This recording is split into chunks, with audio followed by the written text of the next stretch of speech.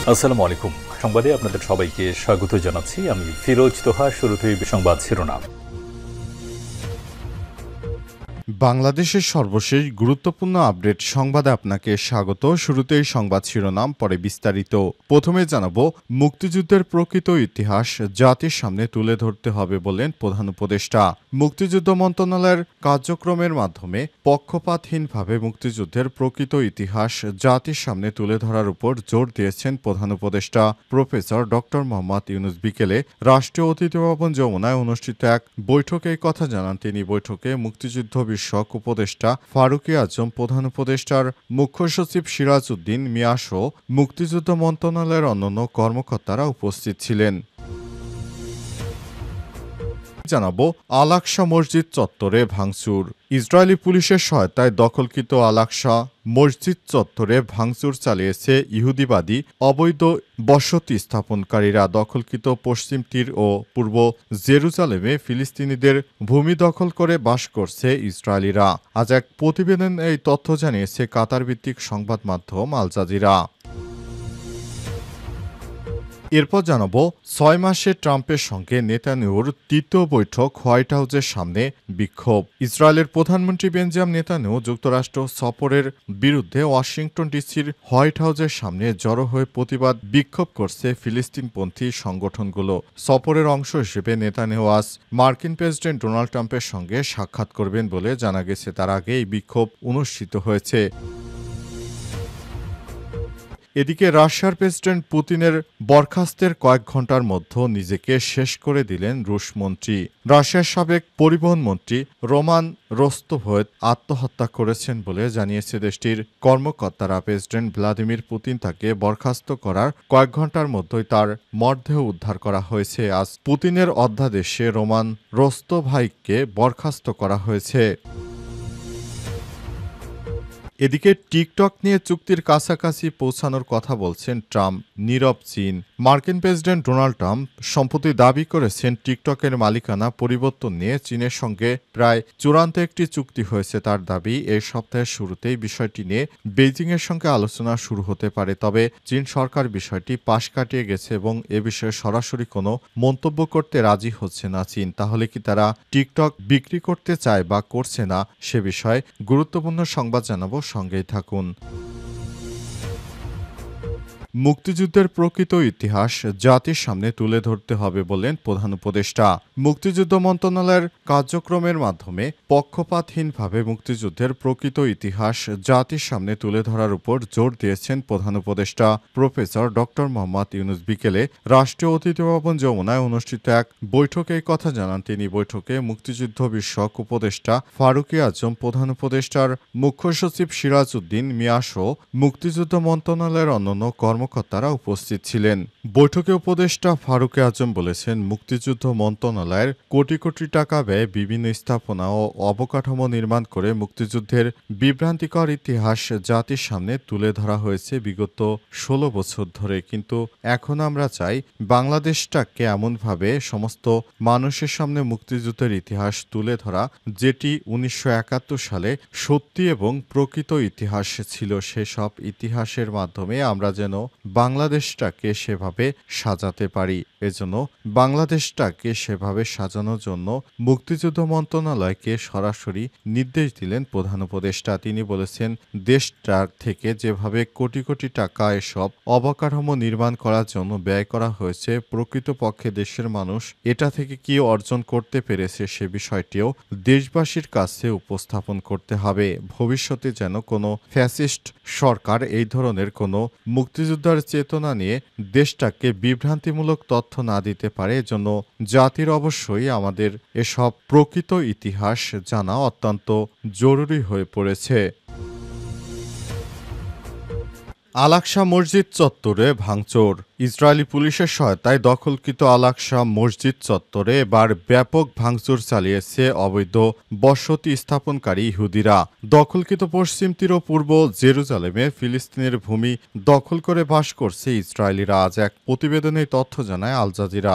মুসলমানদের প্রথম কেবলা আল আকসা মসজিদ ডানপন্থী ইসরায়েলি রাজনীতিবিদ এবং বসতি স্থাপনকারীদের নিয়মিত লক্ষ্যবস্তুতে পরিণত করা হয়েছে। এরা প্রায় প্রতিদিনই মসজিদ প্রাঙ্গণে হামলা চালায় এবং ইসরায়েলি বাহিনীর সুরক্ষায় তাদের নিজস্ব ধর্মীয় আচার অনুষ্ঠান পালন করে। ইহুদিবাদী ইসরায়েলিরা এবার মসজিদ প্রাঙ্গণে তারা ঢুকে সেখানে ব্যাপক হারে ভাঙচুর চালিয়েছে। ইহুদিবাদী ইসরায়েলের প্রধানমন্ত্রী বেঞ্জামিন নেতানিয়াহু ইহুদিবাদী ইসরায়েলিদেরকে সবথেকে বেশি সহায়তা করে। তার সহায়তায় আশকারা পেয়ে এই ইহুদিরা এবার মসজিদ চত্বরে এই ধরনের ভাঙচুরের সাহস পেয়েছে। তারা কি করে মসজিদের চত্বরে গিয়ে এভাবে ভাঙচুর চালায় সেটি বোধগম্য নয়, কারণ পুরো মুসলিম জাতি ইহুদিবাদী ইসরায়েলিদেরকে চরম শিক্ষা দিতে শুরু করেছে। কারণে ইহুদিবাদী ইসরায়েলিরা যেভাবে নতুন করে আবারও মসজিদ চত্বরে ঢুকে হামলা চালিয়েছে সেটি দেখে পুরো মুসলিম জাতির হৃদয়ে রক্তক্ষরণ হয়েছে। ইহুদিবাদী ইসরায়েলিরা আমাদের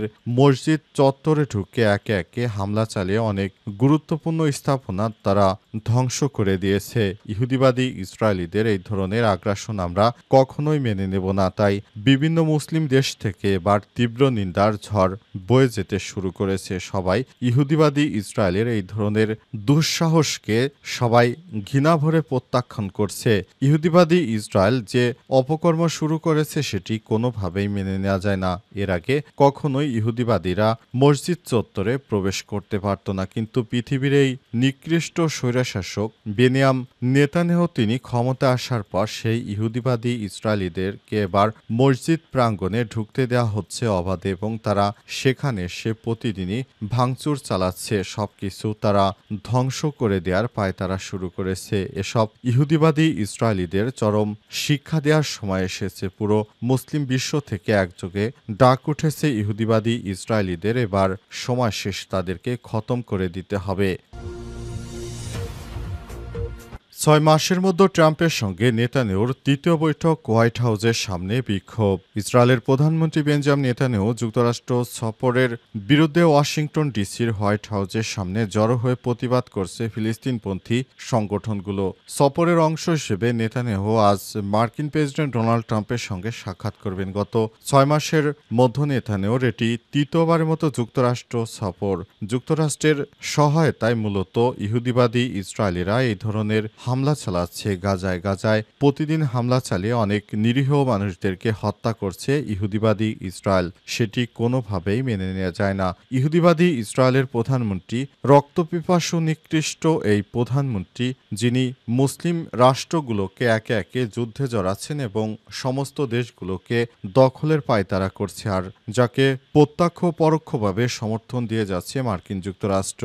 যুক্তরাষ্ট্র এমনভাবে ইহুদিবাদী ইসরায়েলিদেরকে সমর্থন দিচ্ছে, পুরো বিশ্ব দেখতে পাচ্ছে ইহুদিবাদীদের গণহত্যার পক্ষে দাঁড়িয়েছে এই পশ্চিমা সরকারেরা। তারা ইহুদিবাদী ইসরায়েলিদেরকে থামানো তো থাক দূরের করা, তারা নতুন করে যাতে মুসলিম রাষ্ট্রগুলোকে হামলা করে ইহুদিবাদী ইসরায়েল, এজন্য তারা সরাসরি সহায়তা করতে শুরু করেছে।